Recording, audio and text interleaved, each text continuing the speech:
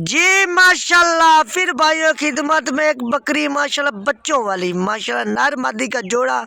माशाल्लाह फ्रेश 8 दांत माशाल्लाह नागरा बीतल माशाल्लाह चीज़ों की क्वालिटी चेक कर ले माशाल्लाह खूबसूरत आपके सामने माशाल्लाह ये चेक कर ले माशाल्लाह दांत चेक करें छोटे चेक करो माशाल्लाह 8 दांत है माशाल्लाह कमाल के बच्चे नीचे नर मादी का जोड़ा है जी माशाल्लाह। ये नागरे डब्बे में नर है और माशाल्लाह जो फुल नागरी ये मादी माशाल्लाह ये मादी है माशाल्लाह कमाल की चीज़ है माशाल्लाह ये नर है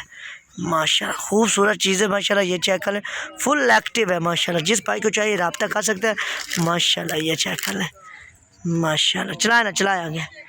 माशाल्लाह ये चेक कर लें जी ये चेक कर लें माशाल्लाह 1.5 माह एज है बच्चों की माशाल्लाह ये चेक कर लें बाकी थान चड्डा भी चेक करवाते हैं